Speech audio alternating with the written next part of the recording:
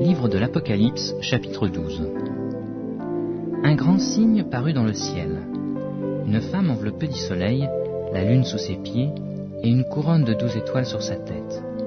Elle était enceinte, et elle criait, étant en travail et dans les douleurs de l'enfantement. Un autre signe parut encore dans le ciel, et voici c'était un grand dragon rouge, ayant 7 têtes et 10 cornes, et sur ces 7 têtes, 7 diadèmes. Sa queue entraînait le tiers des étoiles du ciel et les jetait sur la terre. Le dragon se tint devant la femme qui allait enfanter, afin de dévorer son enfant lorsqu'elle aurait enfanté. Elle enfanta un fils qui doit paître toutes les nations avec une verge de fer. Et son enfant fut enlevé vers Dieu et vers son trône. Et la femme s'enfuit dans le désert, où elle avait un lieu préparé par Dieu, afin qu'elle y fût nourrie pendant 1260 jours. Et il y eut guerre dans le ciel. Michel et ses anges combattirent contre le dragon.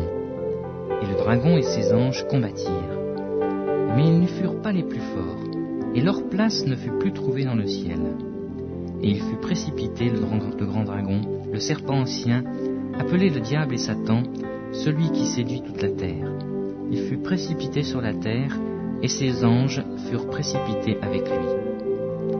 Et j'entendis dans le ciel une voix forte qui disait : Maintenant le salut est arrivé, et la puissance et le règne de notre Dieu et l'autorité de son Christ.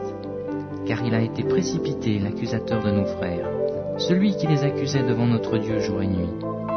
Ils l'ont vaincu à cause du sang de l'agneau et à cause de la parole de leur témoignage, et ils n'ont pas aimé leur vie jusqu'à craindre la mort. C'est pourquoi réjouissez-vous, cieux, et vous qui habitez dans les cieux. Malheur à la terre et à la mer, car le diable est descendu vers vous, animé d'une grande colère, sachant qu'il en a pour peu de temps. Quand le dragon vit qu'il avait été précipité sur la terre, il poursuivit la femme qui avait enfanté l'enfant mâle. Et les 2 ailes du grand aigle furent données à la femme, afin qu'elle s'envolât au désert, vers son lieu, où elle est nourrie un temps, des temps et la moitié d'un temps, loin de la face du serpent.